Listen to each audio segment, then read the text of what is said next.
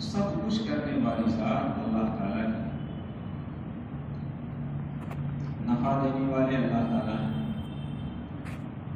دکان ہوتی ہے، اس میں کسی مہینہ نفع زیادہ ہو جاتا ہے، کسی مہینہ کم ہوتا ہے، تو نفع کو زیادہ کرنے والے، نفع کو کم کرنے والے، نقصان دینے والے اللہ تعالیٰ ہیں۔ بیماری کے خزانے بھی اللہ تعالیٰ کے پاس ہیں۔ اللہ تعالیٰ جب جسے جیسی بیماری، جس کو جس وقت جس کنڈیشن میں اللہ تعالیٰ دینا مناسب سمجھتے ہیں، اس وقت اس کو وہ بیماری دیتے ہیں۔ اور اس میں بھی ایمان والے کی عجیب شان ہے کہ ہر حال میں اللہ تعالیٰ جو ہے دونوں ہاتھ میں لڈو، کہ بیماری آتی ہے تو انسان کے درجے بلند ہوتے ہیں، اللہ تعالیٰ کا قرب حاصل ہوتا ہے، تنگی آتی ہے، پریشانی آتی ہے، حالات آتے ہیں تو اللہ تعالیٰ کا قرب حاصل ہوتا ہے، اللہ تعالیٰ کی نزدیکی حاصل ہوتی ہے، آدمی اللہ تعالیٰ کی طرف لو لگاتا ہے، اللہ تعالیٰ سے اپنے مسائل کو حل کرتا ہے۔ تو یہ اللہ تعالیٰ کا قرب پیدا کرنے کی جو توفیق ہے یہ اللہ تعالیٰ کی طرف سے ہوتی ہے۔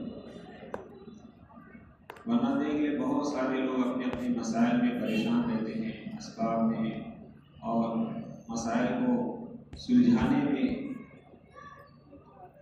اللہ تعالیٰ کو چھوڑ کر جب دوسرے راستوں میں تھک جاتے ہیں، پریشان ہو جاتے ہیں، نا امید ہو جاتے ہیں، تو پھر ایک آس بنتی ہے کہ نہیں اب اللہ تعالیٰ ہی کرے۔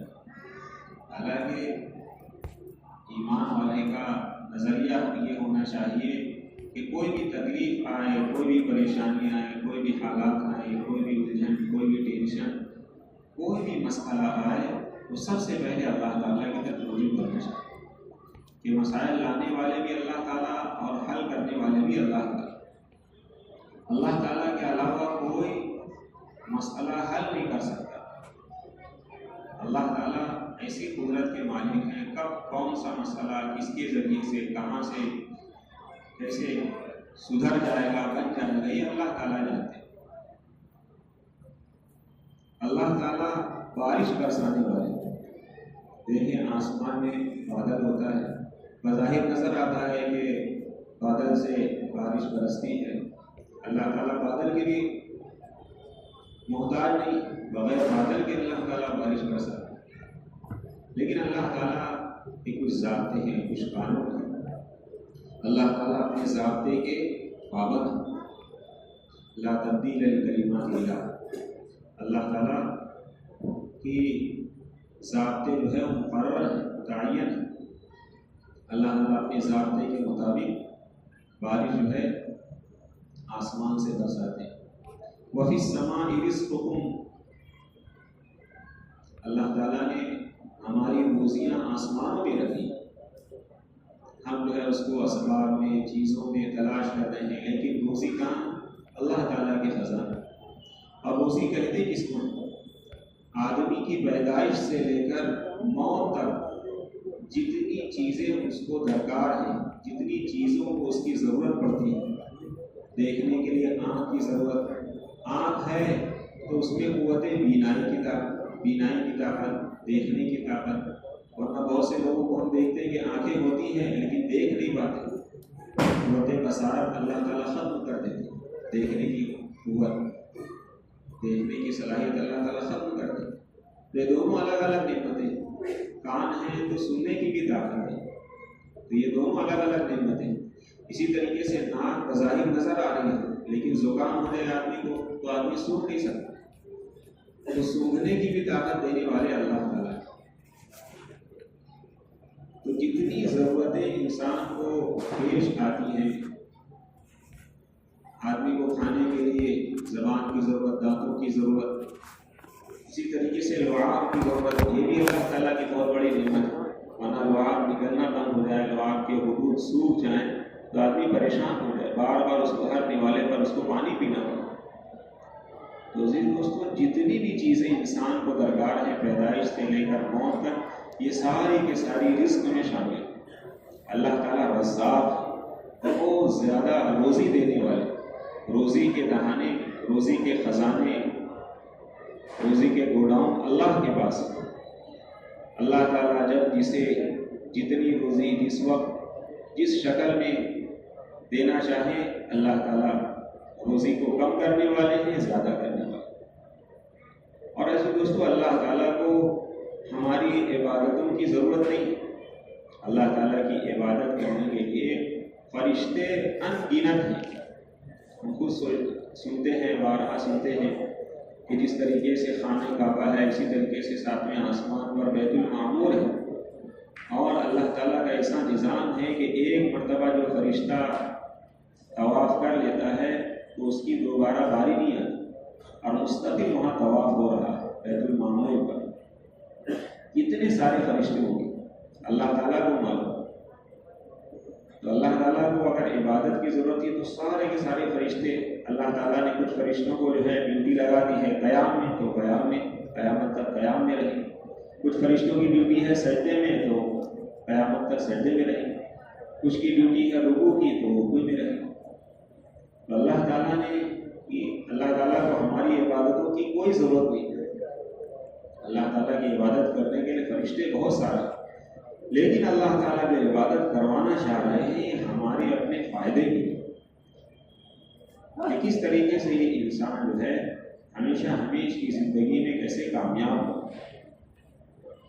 آنے والی زندگی میں اللہ تعالیٰ چاہتے ہیں کہ بندے کو ساری چیزیں دینے والے اللہ تعالیٰ، اب اللہ تعالیٰ کی عبادت نہ کریں تو یہ بہت بڑی ماننا چاہیے کہ نادانی ہے، بے وقوفی ہے، کہ وہ اللہ تعالیٰ جو ان گنت نعمتیں دے رہا ہے، وَإِن تَعُدُّوا نِعْمَتَ اللَّهِ لَا تُحْصُوهَا، کہ اگر نعمتوں کو گننا چاہو تو گن نہیں سکتے۔ آدم علیہ السلام سے لے کے قیامت تک کے سارے انسان، اور اسی طریقے سے سارے کے سارے جنات، اور جتنے فرشتے اللہ تعالیٰ نے بنائے، یہ سارے کے سارے فرشتے یہ اللہ تعالیٰ کی نعمتوں کو لکھنا چاہیں، گننا چاہیں، شمار کرنا چاہیں۔ درختوں کو، جتنے دنیا میں درخت ہیں، یہ سارے کے سارے درختوں کو قلم بنا لیں، اور جتنے سمندر ہیں، سمندر کے سارے پانی کو جو ہے سیاہی بنا لیں، اور اللہ تعالیٰ کی نعمتوں کو لکھنا چاہیں، گننا چاہیں، شمار کرنا چاہیں، تو یہ سارے کے سارے پانی سیاہی ختم ہو جائے گی، سارے درخت کی کلمیں جتنی ہیں سب ٹوٹ جائیں گی، لیکن اللہ تعالیٰ کی تعریف ختم نہیں ہے۔ اللہ تعالیٰ اسی قدرت کے مالک، ساری کے ساری صفات میں اللہ تعالیٰ کامل اور مکمل ہے۔ ان کی صفات کی انتہا تک کوئی آدمی آج تک نہ پہنچ سکا ہے اور نہ پہنچ سکتا ہے، کیونکہ اللہ کی ذات ہم سنتے ہیں وراء الورا ہے، کہ جتنا آگے جائیں اس سے بھی آگے، یعنی ہماری عقل کی حد جہاں ختم ہوتی ہے اس کے نہ جانے کتنے گنا آگے اللہ تعالیٰ کی قدرت ہے، یعنی ہم سوچ بھی نہیں سکتے اللہ تعالیٰ کی قدرت، اللہ تعالیٰ کی صفات کو۔ اللہ تعالیٰ رحیم، تو اللہ تعالیٰ کتنا رحم کرنے والے ہیں، کتنا زیادہ رحم اللہ تعالیٰ کے اندر ہے، رحمان ہے، کتنا زیادہ رحم کرنے والے ہیں، اس کی انتہا تک ہم سوچ ہی نہیں سکتے۔ ایک حصہ اللہ تعالیٰ نے رحم کا بنایا ہے، وہ سارے کے سارے انسانوں، جنات اور جتنے جو ہے چرند پرند جانور سب میں تقسیم کر دی، اور اللہ تعالیٰ نے رحم کا 99 حصہ جو ہے اللہ تعالیٰ قیامت کے لیے رکھا، کہ قیامت میں اللہ تعالیٰ ان ساری جو ہے رحمتوں کے ذریعے سے اللہ تعالیٰ انسانوں کو جو ہے معاف کریں گے، درگزر کریں گے۔ عزیز دوستو، اللہ تعالیٰ غفار ہے، معاف کرنے والے ہیں، بندوں کے گناہوں کو معاف کرنے والے ہیں، اور انسان کی نیکیوں کے بڑے قدردان ہیں۔ اللہ تعالیٰ کی ایک صفت ہے شاکر کہتے ہیں قدردان کو، اس کی صفت اگر اللہ تعالیٰ کی طرف کی جائے تو اس کے معنی ہے قدر کرنے والے۔ اللہ تعالیٰ بندوں کی نیکیوں کے بڑے قدردان ہیں۔ ایک نیکی بندہ کرتا ہے، اللہ تعالیٰ اس کو 10 نیکی کا ثواب دیتے ہیں۔ من جاء بالحسنۃ فلہ عشر امثالها ومن جاء بالسیئۃ فلا یجزی الا مثلها، اور جو ایک گناہ لائے گا اللہ تعالیٰ اس کو ایک ہی گناہ کا بدلہ دے۔ کتنی زبردست ستاری ہے، اللہ تعالیٰ کتنے زیادہ معاف کرنے والے ہیں، ثواب پر 10 گنا، اور ایک گناہ پر ایک ہی گناہ۔ آگے فرما رہے ہیں وَهُمْ لَا يُظْلَمُونَ کہ بندوں پر کوئی ظلم نہیں کیا جائے گا، نہ دنیا میں نہ آخرت میں، کسی پر کوئی ظلم نہیں ہے۔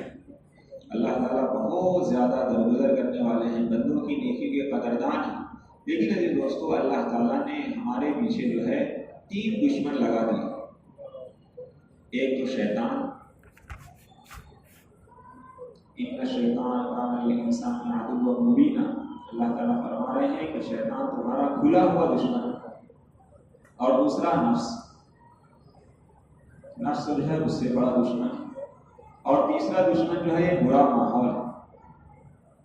تو یہ انسان کو غافل کرتے رہتے، انسان غفلت میں پڑ جاتا ہے، اللہ تعالیٰ کو بھول جاتا ہے، نبی کے طریقے کو چھوڑ دیتا ہے، بھول جاتا ہے۔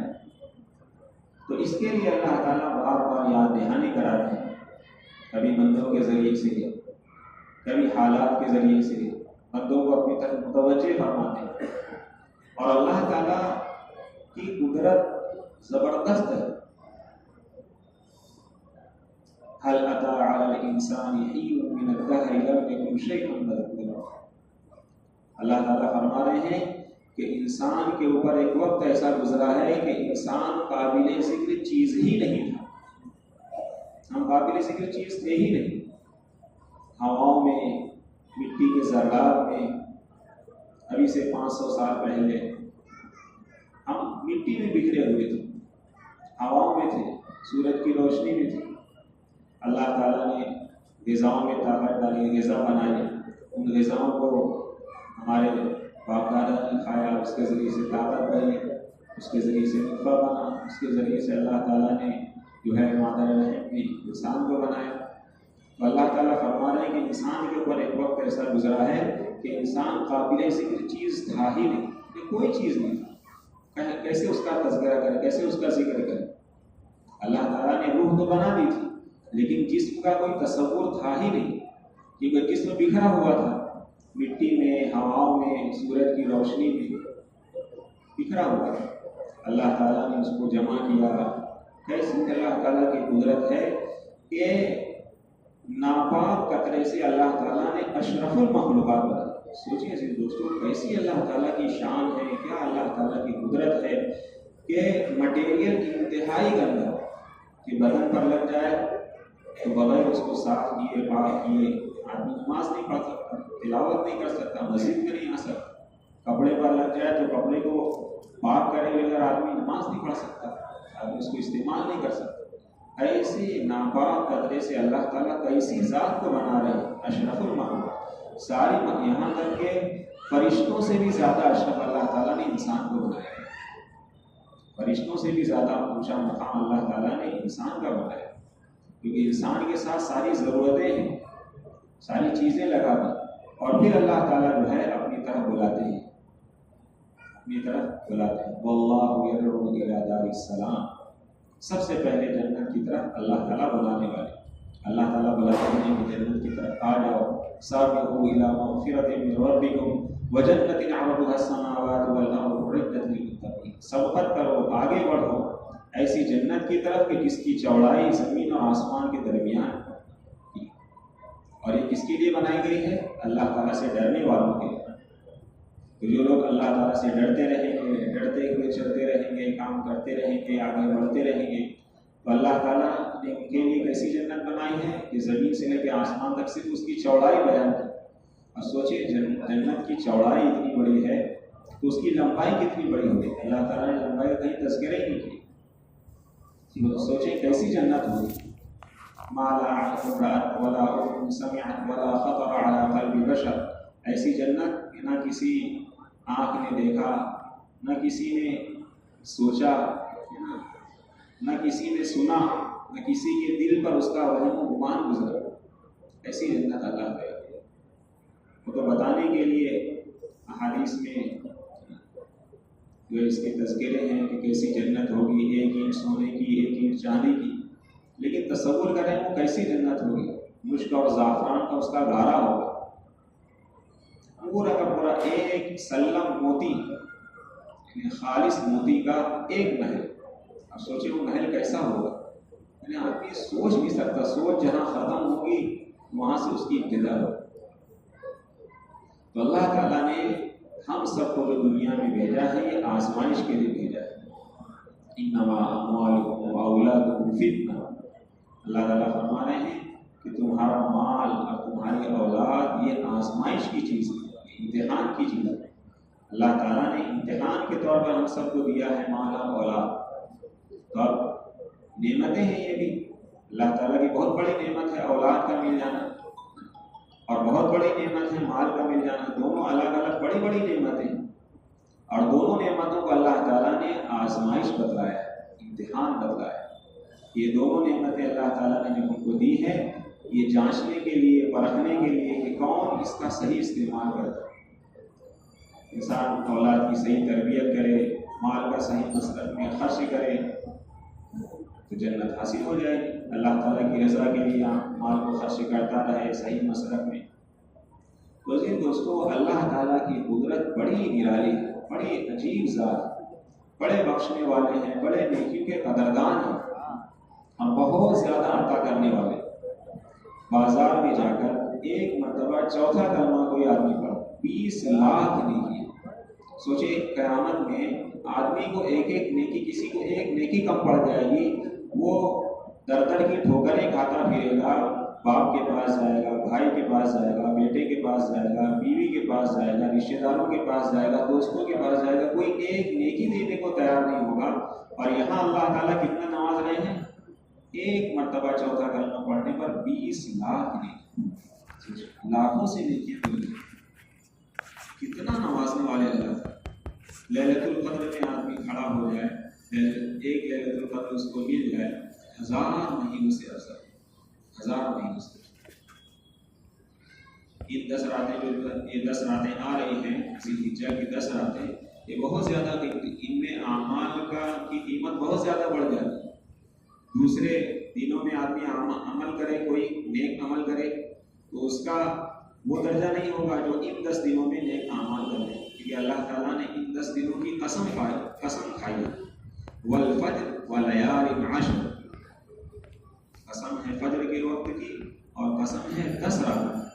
مفسرین کرام فرماتے ہیں کہ 10 راتیں کیا ہیں، یہی 10 راتیں ذی الحجہ کی 10 راتیں، کہ اس میں نیک عمل کرنے کا ثواب، ایک نیکی کرنے، نیک عمل کرنے کا ثواب، 1 سال عبادت کرنے کا ثواب، اور رات میں جو ہے عبادت کرنے کا ثواب لیلۃ القدر کے برابر اللہ تعالیٰ عطا فرماتا ہے۔ تو اللہ تعالیٰ بہت نوازنے والے ہیں، بہت زیادہ دینے والے ہیں۔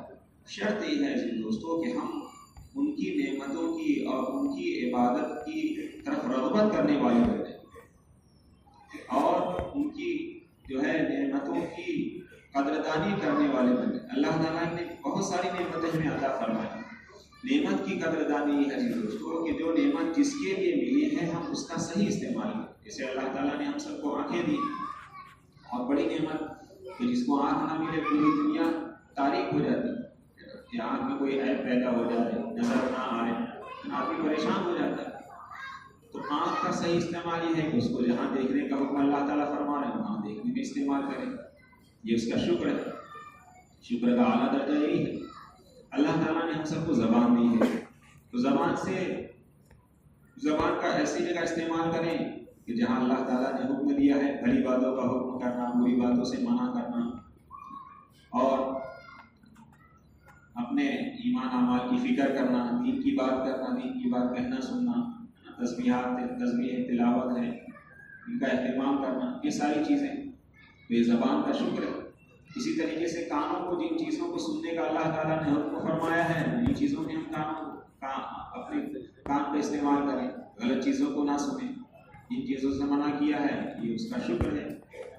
اللہ تعالیٰ نے ہاتھ اور پیر عطا فرمائے ہیں کہ ہاتھ اور پیر کا استعمال صحیح کریں۔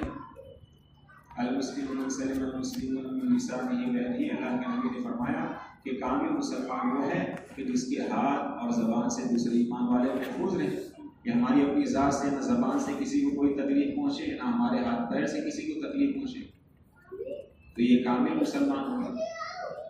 تو ہاتھ اور پیر کا صحیح استعمال۔ اللہ تعالیٰ نے ہم سب کو دل و دماغ عطا فرمایا، بڑی قیمتی چیز ہے۔ کہ کوئی آدمی کے دماغ میں کوئی نقص پیدا ہو جائے، دیکھتے ہیں اللہ تعالیٰ کوئی نقص پیدا ہو جاتے ہیں، پاگل ہوتے ہیں کہ ان کو کوئی سمجھ نہیں ہوتی، کوئی عقل نہیں ہوتی، کیا کر رہے ہیں کیا نہیں کر رہے ہیں، سمجھ میں نہیں آتا۔ اللہ تعالیٰ نے ہمیں صحیح سالم دل و دماغ عطا فرمایا، کتنا بڑا اللہ تعالیٰ کا ایسا۔ دل کا ایک وال خراب ہو جائے دوستو، آدمی لاکھوں روپیہ خرچ کر ڈالتا ہے، لاکھوں روپیہ لگا دیتا ہے کہ کسی طریقے سے دل کا وال صحیح ہو جائے، برین ہیمریج ہو جائے، دماغ میں کوئی نقص پیدا ہو جائے، آدمی لاکھوں روپیہ اپنے داؤ پہ لگا دیتا ہے کہ کس طریقے سے یہ کسی طریقے سے یہ صحیح ہو جائے، درست ہو جائے۔